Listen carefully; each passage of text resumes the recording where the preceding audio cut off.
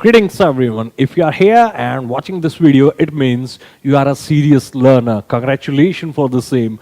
I hope you will do well in coming future. You will build the flow you always wanted, right? So let's begin the video. Well, people come to me and say, so I can understand English. I can write as well, but when it comes to speaking, I fail to speak. I don't find the kind of confidence I need to speak English. And the word doesn't strike at the right time. The right word doesn't strike at the right time. That is one of the problem I'm facing. Now, first of all, let me tell you the reason why does it happen. Why do you find yourself good enough to understand, but at the same time fail to speak? The basic reason is you overestimate your vocabulary. Overestimate your vocabulary? Yes.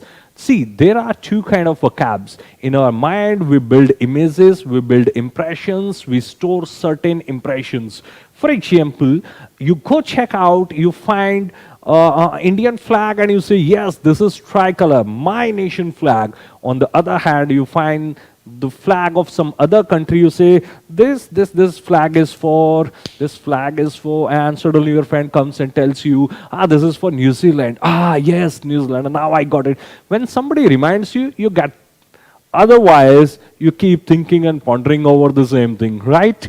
So, the reason is, the flag you had for the other nation was like receptive image in your mind, but tricolor, my nation flag, was productive image in my mind. I can easily recognize any given time. If I'm sleeping midnight, somebody wakes me up and say, it's tricolor, Jai Hind, I'll definitely say that, right? So the reason is people generally have receptive vocab in big number and productive vocab in small number.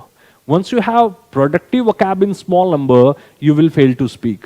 Once you have receptive vocab, definitely you would be able to speak. Yes. No. You would be able to understand. And once you have productive vocab, you would be able to speak. What is productive and receptive vocab? Now let me tell you. See, there you go. Productive versus receptive vocab. Productive versus receptive vocab. I'll drop the PDF also somewhere in the mobile app, so you can find this PDF also. Read it once or twice so that you will build better understanding about this topic, this blog, right? So productive vocab is the words when you listen, when you listen, you understand, and at the same time, you can use those words in your speech or in your writing. That is your productive vocab. Yes, all those words which you can use while speaking, say pen, finger, hair, shirt, go, come, eat, play, help, dance, all these are your productive vocab. TV, laptop, remote, all these are your productive vocab. At any given time, you can use these words. But on the other hand, there are words like munch, outsmart, over the moon, 24/7, clear as crystal. You can understand. Now the 100 million question is, you can understand, but you do not use. You say, now the question is, no. Now the 100 million question is, the important question is, right? So when someone else is using these expressions, you can easily understand. That is your receptive vocabulary, right? So what you got to do? Why you fail to speak? Because there are the words. Yes, we have given in this video also, like munch. Did you find it? Munch, outsmart, over the moon, striding a lot, 24/7, clear as crystal, 100 billion question is. All these words are your receptive vocab. When someone else will use it, definitely you would be able to understand, but you will never be able to use these words while speaking, while communicating with others, just because these are your receptive images in your mind. Now, let me give you a little diagram, one small image, which would definitely clear you the concept. There you go, productive versus receptive vocabulary. In this image, you can find the blue part. The blue part is all the vocab, all the words in the world, right? This is, nobody knows all the word, right? So blue part is all the words. Now the green part is your receptive vocab. Now, green is less than blue, but more than red. Red is your productive vocab. It means, see, if these are, say, 5 lakh words, these are 1 lakh words, and these are 10,000 words. So you have enough vocab to understand, but you do not have enough vocab to speak. Believe me, the biggest reason if you can understand and fail to speak is your vocab. You have enough vocab to understand, but you do not have enough vocab to speak. Mind, okay, mark this line. So this red is your productive vocab. If you really want to speak with good flow and fluency, believe me, you really need to have this red vocab a bit bigger. In fact, a lot more stress has to be put on this. If somehow you can make it this big, the red part, somehow, if you can make it this big, definitely, believe me, you would be able to speak.